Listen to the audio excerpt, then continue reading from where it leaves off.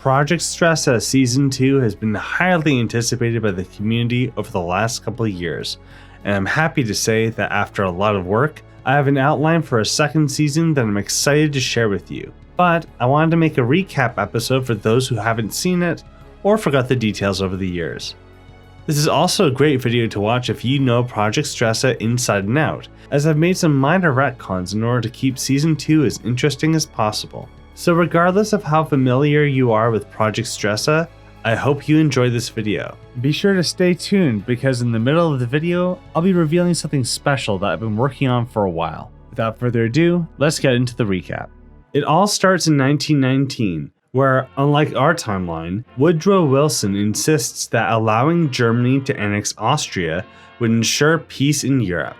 Woodrow Wilson's 14 points had specified that Austria-Hungary should be divided up into language-based states. This had Austrians believing that they would join Germany, as they were German-speaking. They even went so far as to specify that they were the Republic of German Austria. But the Treaty of Saint-Germain, which was Austria-Hungary's Treaty of Versailles, had forbidden it. This perceived betrayal led to the rise of the far right in Germany. So, after a point of divergence, it leads to Germany's democratic institutions being far more stable. But this unfortunately cannot be said for France. Both Italy and France seek to prop up regional separatist movements in the Rhineland and Austria. After this conflict was resolved peacefully through the League of Nations, France had begun to buy into the mutilated victory narrative that inspired Italy to turn to fascism. Thus, after the 1934 Stavinsky affair, the far right would coup the government and reorganize the state to become the Fourth French Republic.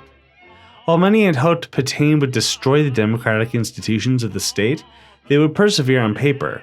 But in reality, an eternal emergency would prove these institutions destroyed, as the far-right paramilitary leagues had been fighting amongst themselves for power. While initially, the primary leagues would be definitively right-wing, the formerly socialist left wings of Marcel Déat's neo-socialists and Jacques Doriot's FPP would gain a steady amount of influence, especially after Marcel had ensured Syria's independence under the neo-socialist SSNP. While tensions between the left and right leagues of the French state had been boiling over, Pétain's legendary status would keep the peace as they all collaborated on ensuring France's dominion over Germany. To this end, France would ally with Italy in exchange for conceding Tunis to the Italians. Despite other claims clashing, they would accept and form the Latin Axis. In response to the French and Italians posturing against the Germans, the British had guaranteed Germany's independence as a means to keep the status quo.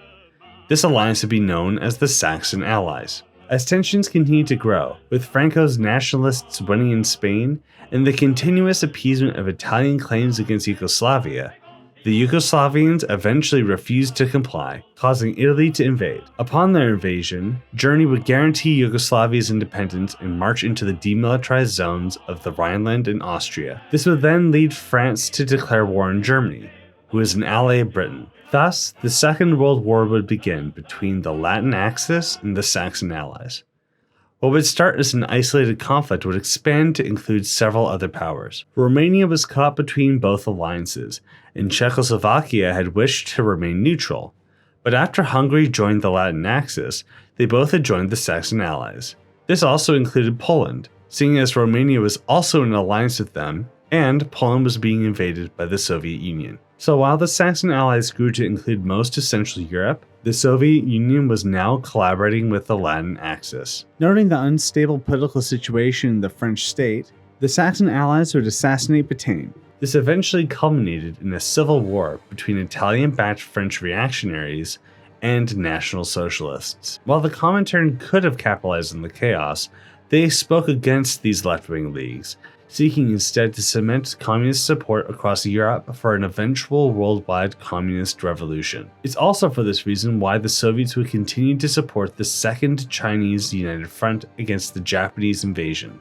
However, the Japanese would eventually become a member of the Saxon Allies. Due to French preoccupation fighting the Saxon Allies in Europe, the Japanese invaded Vietnam in order to support their subjugation of China. Britain was also occupying the territory, but after a mutual agreement of spheres of influence, Japan would be granted all of France's colonial territories, and be given a blank check to subjugate China and Siberia. This was done in order to ensure that Britain's fleet was not overextended, allowing them to focus their forces in the Mediterranean, which was under continuous threat by the Italians marching through Africa.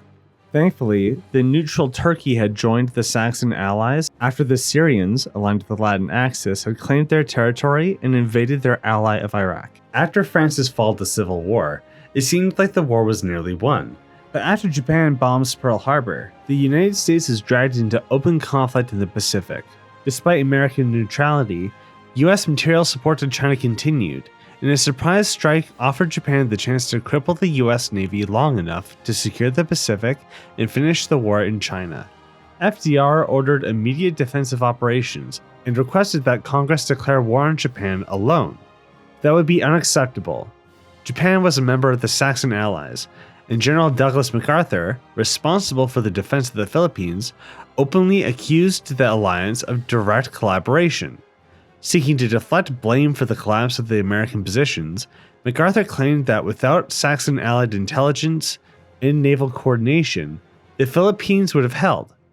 His testimony reframed Pearl Harbor as an alliance-wide attack rather than a Japanese action in isolation. Congress responded by advancing a declaration of war against the Saxon allies as a whole. Roosevelt vetoed the bill, insisting that expanding the conflict would lead the United States to ensure the continued existence of fascism in Europe. While the veto itself was constitutional, Roosevelt's broader conduct was not.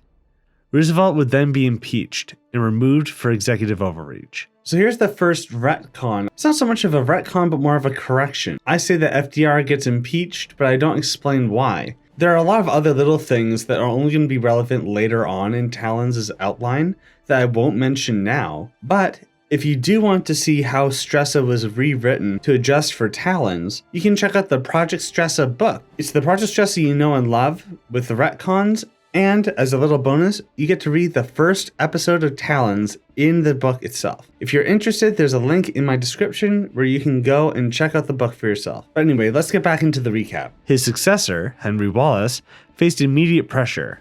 When Congress would reintroduce the declaration of war against the Saxon allies, Wallace was forced to sign it. As a result, the United States entered the Latin Axis. While an American war against Britain would be controversial due to their democratic nature, America as a nation was founded on fighting the British. What would be more controversial is their support of fascism by working with Italy, France, and Spain in Europe. This would only be exacerbated as the Americans prop up a rival British government, centered in Canada, led by the former King Edward and supported by British fascists, known as the Edwardian government. This would lead to the era of American history known as the Great Hypocrisy, as socialism became more popular among moderates, who would strike alongside them in protest of the Atlantic War. This would eventually lead the Republican candidate, Dewey, to adopt the policy of abandoning the Atlantic War against the European democracies and instead focus solely on the Pacific War for vengeance against the Japanese. But in the meantime, Henry Wallace would seek a quick victory to ensure democratic dominance in the next election. Wallace would achieve this by destroying the British economy. By collaborating with the Soviet Union's southern thrust, the Americans would attempt to seize the Suez, securing the Mediterranean for the Latin Axis, and allowing for the American Navy to cut through to the Indian Ocean. By doing so, the Americans would be able to block British shipping lanes and prevent them from reinforcing their Indian colony, which would then be ripe for an anti-British revolution. While the Americans would fail to seize the Suez, India had revolted on its own after Britain withdrew from Asia to focus on defending their homeland, especially as America had seized Greenland and Iceland in attempts to connect with the Soviets and support their war effort through Lend-Lease. This would continuously be thwarted by German U-boats and would allow for the Germans to continue their advances against the Soviet Union. While the initial assault of the Soviets was intense, overextension in several fronts had allowed for the Germans to make steady progress in Europe. Their primary goal would be to seize Stalingrad, as it was the most important logistical center for the southern thrust against their Turkish allies. But by the end of Wallace's term, the Americans would have made a significant advance against the French Democrats. While the Americans could have pushed their advantage, the malaise of the Great Hypocrisy had been continuously eroding American economic strength and stability. It was for this reason that in 1944, Dewey would be elected president. Since his primary campaign promise was to immediately end the Atlantic War, he would order the American forces in Europe to halt their advance as a peace was negotiated in Bern. While there was a potential chance for an American-German collaboration against the Japanese, as Germany was not a fan of Japan's inclusion into the alliance, the British would stonewall any attempts to sign a peace that included conceding their empire to separatists and collaboration governments. Thus, the Treaty of Bern would be set aside, eventually renewing hostilities in Europe. After being told the lie that the British had seriously been considering abandoning Australia and New Zealand to Japanese influence, these dominions would defect to the Edwardian government, and the Americans would attack the Dutch East Indies to deny the Saxon allies, including Japan, the resources of these regions. During the peace negotiations, Germany had reached the outskirts of Stalingrad, but after the Americans began pushing further into France, the Germans had withdrawn from the city. This victory against the Saxon allies had emboldened the USSR to make significant advances on all their fronts. However, they could not anticipate that even the strategic withdrawal from Stalingrad was a calculated decision by the Saxon allies. While the primary objective of Germany was to seize the city, once they realized that they could not succeed, they destroyed any anti-air facilities in the area. After several probing bombing attacks to test their defenses, they eventually dropped the world's first nuclear bomb, Fenrir, on Stalingrad. The city of Steel soon became the City of Ash, as the military factories and infrastructure were destroyed in the blast, achieving their strategic objectives without overextending their forces and sending the high command of the Soviet Union and Latin Axis into a panic. In this timeline, Germany had developed the nuke earlier than America for several reasons, mostly boiling down to no Einstein message being sent to the USA to urge them to start development, no anti-nuclear science sentiment in Germany, Einstein being cooperative with Germany, and scientists pivotal to the Manhattan Project like Fermi only being accessible to the USA after an earlier alternate Pearl Harbor, rather than the induction of Italian racial laws in 1938 causing him to emigrate. After the Americans had resumed their hostilities in Europe, they revealed their true intentions for holding off the assault. During the negotiations, the Americans prepared a naval invasion of the British Islands. By invading from the north and south, and supporting fascist coups in Ireland and Britain simultaneously, the Americans had hoped to subjugate the leading nation of the Saxon allies to their will and impose a peace deal which would have ensured American dominance in Europe forever. As fighting in the British Isles continued, the Soviets would have faced a significant collapse of forces on all sides. Combined with the fears that a second nuke could be deployed on the twice-besieged Leningrad, or even Moscow itself, Stalin would defy his no-step-back order and attempt to evacuate to Omsk. But on his way, he'd be captured and killed, destroying the organized resistance of the state against the Saxon allies, and making way for the collaborative Russians under Vlasov to establish a government in European Russia, and the Japanese collaborative Russian fascists to take Siberia. This eventually led to the Excalibur coup being thwarted by the Saxon allies, as the Great Hypocrisy of America had reached a breaking point, with Dewey betraying his campaign promise. The previously collaborative socialists and disillusioned Republicans would perform a general strike which completely halted the American economy and put the Americans at risk of a socialist revolution. This, combined with American fears of a nuclear strike against their European forces, had forced the Americans and the Germans to revisit the Treaty of Bern once again. With Britain cowed by the failed fascist coup, the European Saxon allies had agreed to end the Atlantic War and abandon their Japanese ally to fight the Americans on their own. While the exact specifics of the Treaty of Bern will be detailed in the first episode of Talons, important retcons to highlight is that rather than preserving two separate governments in France and Italy, both were undergoing transitions to eventually become united and neutral. That, and the Dawes planned loans that America had granted Germany in our history in this alternate timeline, were to be forgiven in lieu of reparations to Germany. After peace in Europe was ensured, the socialist movement had fractured. Moderates who were content with the Atlantic War would continue to work, but radical communists would persist. This national security threat would be dealt with, causing the Communist Party of America to be banned and Earl Browder to face the death penalty. With the labor front secured, America would be able to turn its full attention onto Japan, which would not stand a chance, as their former allies began marching against them. Despite the intention of the Treaty of Bern to halt hostilities against each other, America still feared Germany gaining far too much influence in the event of an unlikely, a possible full liberation of Russia.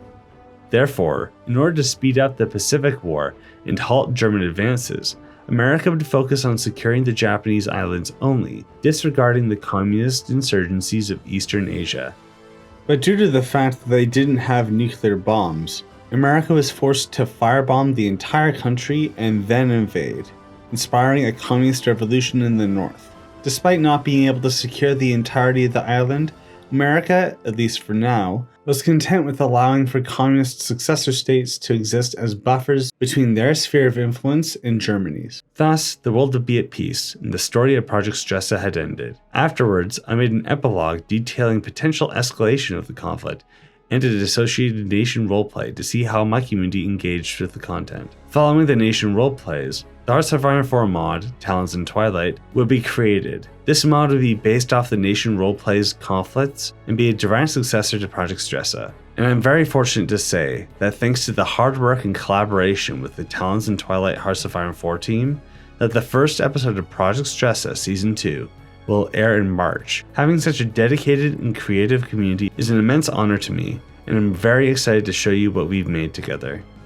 If you're interested in helping move the project along, please consider applying to the development team. We'd be lucky to have you. Thank you very much for watching this video, and if you want to read the next episode, you can buy the Project Stresa book. It would be supporting me and my channel, and I'd appreciate it very much. Look both ways when you cross the street, and I hope you have a good day.